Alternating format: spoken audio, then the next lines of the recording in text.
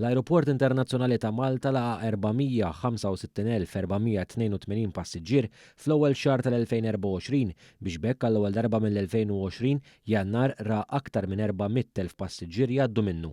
Il-moviment tal-passiġġieri rreġistra żieda ta' 22.7% fuq l-2023 bis-6 ta' Jannar tkun l-aktar ġurnata impenjattiva għall-ajruport.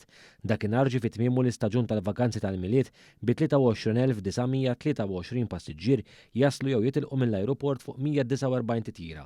Fi-stqarrija mill-Ajruport Internazzjonali ta' Malta ġie spjegat li t-traffiku fih danu matul l-istess xahar ammonta għal 3,511 titjira, jiġifieri żieda ta' 23.4% meta wieħed jikkompara x-xahar li għadda mal-istess xahar tal-2023.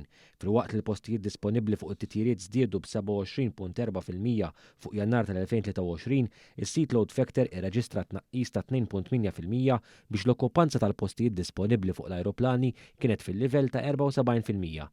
23% tal-passiġġieri li għaddew mill-ajruport f'Jannar marru jew waslu mill-Italja biex dan is-suq żamm postu bħala l-aktar wieħed importanti segwit mir-Renju Unit, il-Polonja, l-Ġermanja u Franza.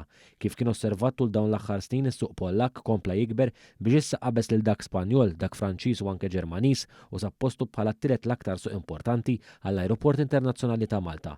Żieda fit-titjiriet lejn il-Polonja minn Ryanair u Wizzair fl-iskeda tax-xitwa waslet biex dan is-suq jikber b'59% f'sena bit-traffiku minnu lejn il-Polonja jammont tal madwar 10% tat-total tal-moviment tal-passiġġieri f'Jannar.